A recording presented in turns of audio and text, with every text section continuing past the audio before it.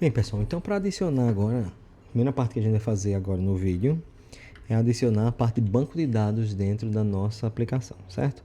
Para adicionar o banco de dados, a gente vai descomentar aquelas dependências que a gente baixou lá no site, né, do Spring Initialize. Vamos descomentar tudo que tem a ver com banco de dados. Então, primeira coisa aqui, eu vou tirar o H2 Console, que é o responsável por mostrar o console do H2, que mostra as tabelas que estão criadas, etc.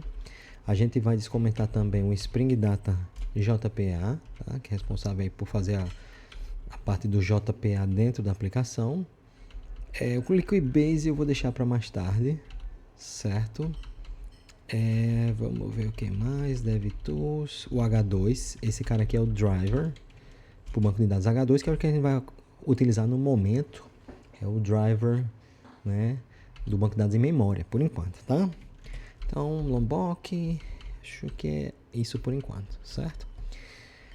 Uma vez que eu liberei aqui, eu vou aqui no Maven e vou baixar as dependências de tudo, tá? Então, vou baixar as dependências, acho que já está ok. E vou iniciar a aplicação, tá? Vamos ver o que acontece. Ok, a aplicação está ok, porém não está conectando o banco de dados ainda porque eu tenho que informar. Ele, na verdade, ele iniciou, como eu disse a vocês, o Spring Boot. Ele tem configuração padrão para tudo. Então, ele já criou aqui um banco de dados, né, aleatório, certo? Mas eu quero saber qual é o banco de dados que eu vou acessar. Então, vou fazer uma configuração aqui básica para a gente poder... Isso que não é necessário, tá? Se a gente quiser usar esse banco de dados aqui, já funciona. Mas eu vou fazer a configuração porque para os bancos normais, digamos assim, os bancos que a gente usa em aplicações reais, eles precisam de uma configuração aqui dentro do application.properties. Então no application.properties eu vou botar algumas configurações. Então eu vou primeiro a string de URL do banco de dados. Então string.datasource.url é igual a jdbc dois pontos h2 dois pontos mem dois pontos. Vou chamar aqui o nome do meu banco de dados de testdb, certo? Spring data source.driver class, que é a classe name, né? Name, que é a classe que está dentro do driver que eu baixei, do jar lá do driver, que vai fazer a conexão com o banco de dados, é o org.h2.driver, certo? É difícil saber porque quando a gente tem o jar do driver, eu tenho que dizer qual é a classe que ele vai usar para ser a conexão do driver lá com o banco de dados específico. Spring.datasource.username igual a SA, que é o usuário padrão do H2. Spring.datasource.password igual a nada, vazio, tá bom? A gente tem que colocar também algumas propriedades do JPA. Então, spring.jpa.database platform igual a org.hibernate.dialect.h2 dialect, tá? O que é isso? Eu estou dizendo que eu estou usando o Hibernate e que o Hibernate saiba se comunicar com o H2. Tá? O que é o Hibernate? Quem lembra? Para quem não lembra, o Hibernate é quem implementa o JPA, porque o JPA é só uma interface. Tá? Então, spring.jpa.hibernate.ddl auto igual a update. Esse cara aqui é para ele não fazer a atualização desculpa, do banco de dados diretamente a partir dos modelos, tá? Eu quero usar o Liquibase para isso. Não é interessante deixar em produção o banco de dados sendo atualizado por um modelo orientado a objetos, porque pode ser que a gente quer guardar a versão, então não necessariamente é importante.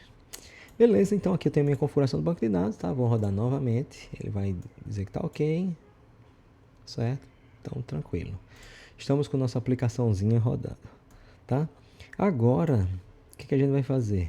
Agora a gente vai substituir...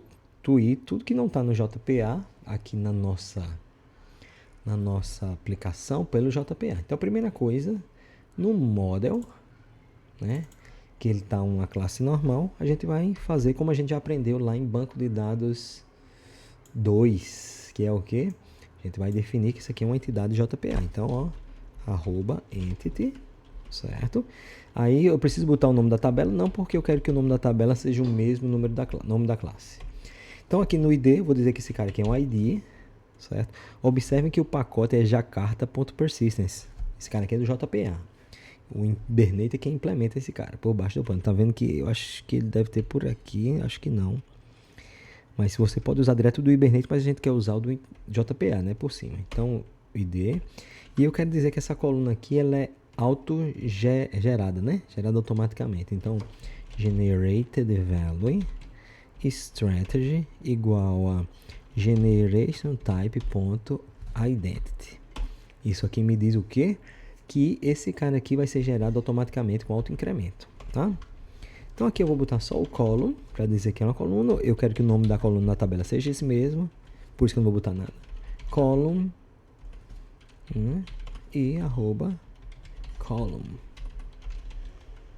Então pronto, aqui eu já tenho meu modelo todo no JPA, tá?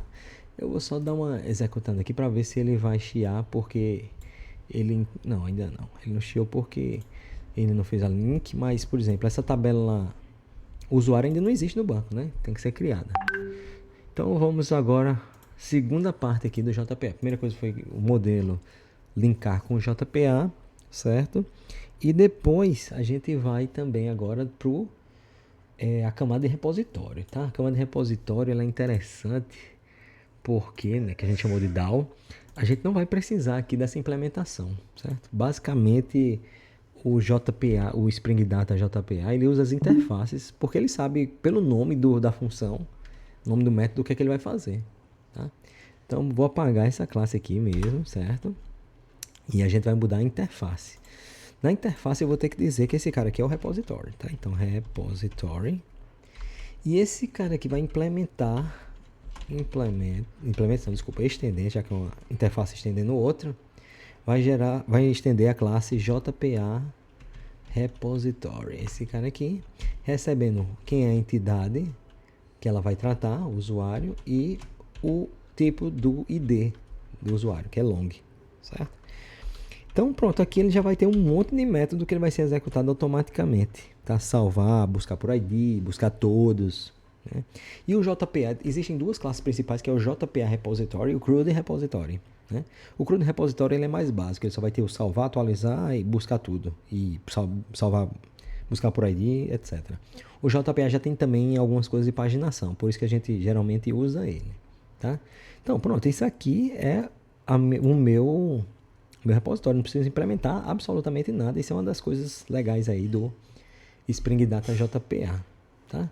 Então, uma vez que eu tenho aqui, ó, vamos lá na minha controller, desculpa, no service, que o service usa ele, né? Então, aqui o service, aparentemente, tá tudo tudo ok, já tá, né, funcionando baseado já no JPA. Observe que eu não tive que fazer absolutamente, né, nada.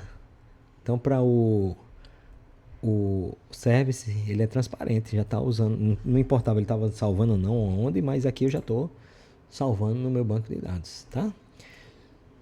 Vamos testar aqui para ver se vai rolar. Eu acredito que não, porque a gente não criou a tabela antes, né? Então, para funcionar tem que criar a tabela usuário antes. Vamos lá, deixa eu... Vou aqui para o meu Postman, que ele já está preparado, né, para disparar a mesma coisa que já tinha disparado lá na aula, certo? Então vamos lá. Deu certo. Aparentemente ele já criou. Na verdade, o que fez ele criar foi esse cara aqui. Então vou mudar para false, né? Tá? Deixa eu tirar aqui. Beleza, agora sim deu problema, tá vendo? Deixa eu ver.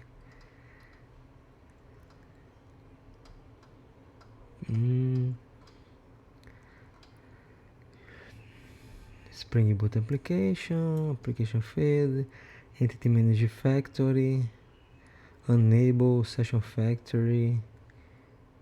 Ah tá, esse cara aqui é que tá com argumento falso.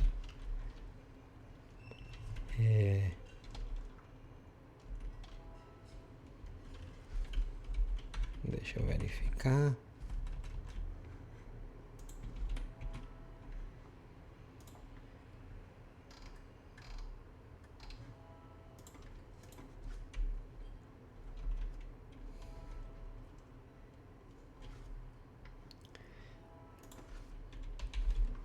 Vamos testar com o nome aqui pra ver. Pronto, agora sim. Certo? Vamos ver agora se a gente consegue disparar aqui. A requisição. Pronto, agora sim, deu um erro interno. Tá? Porque tá dizendo aqui, ó, tabela usuário não encontrada. Ok? Mas é isso mesmo que eu quero, tá? Eu quero que a tabela não seja encontrada. Por quê? Beleza, eu posso botar aqui o update e ele vai criar automaticamente. Ele vai ver que eu tenho uma entidade usuário e vai criar uma tabela usuário de acordo com os campos que está lá. Mas isso não é recomendado para ambiente de produção, para aplicações reais, tá? O ideal é que a gente use alguma ferramenta de migração para a gente manter as versões, como Liquibase ou Flyway. A gente vai usar o Liquibase aqui. Então, por enquanto é isso. Vamos agora introduzir o Liquibase para que a gente tenha, né, não tenha esse problema mais, ou seja, que a gente tenha a tabela criada, tá? Então, o Liquibase, ele, para que ele serve, né? O Liquibase, ele tem a função de criar scripts no banco de dados assim que a aplicação é feita deploy. Por que a gente faz isso? Porque, imagina aí, vamos lá, imagina que a gente está numa aplicação dessa e a gente vai implantar em produção. Se a gente vai implantar em produção essa aplicação, a gente vai ter que ir lá no banco de produção e fazer um script, rodar um script que faça a criação da tabela usuário para poder funcionar, porque do jeito que está aqui ela vai dar problema, não é? Então isso é uma prática ruim, uma prática muito suscetível a erro. Então é uma prática, em resumo, não utilizada. Qual a prática que a gente usa? A gente usa migrações. Migrações são scripts que a gente diz, olha, quando você iniciar a aplicação, rode esse e esse script. Então vamos supor que eu coloquei 2 scripts lá e esses scripts foram rodados, ok, quando iniciou a aplicação. E aí eu continuei o desenvolvimento, criei uma outra coluna, uma outra tabela, tá? E aí vou fazer uma outra, né, migração para a criação da tabela, só da tabela nova. Então o banco de dados, né, a ferramenta, o Liquibase, ele guarda numa tabelinha tudo que já foi rodado de script.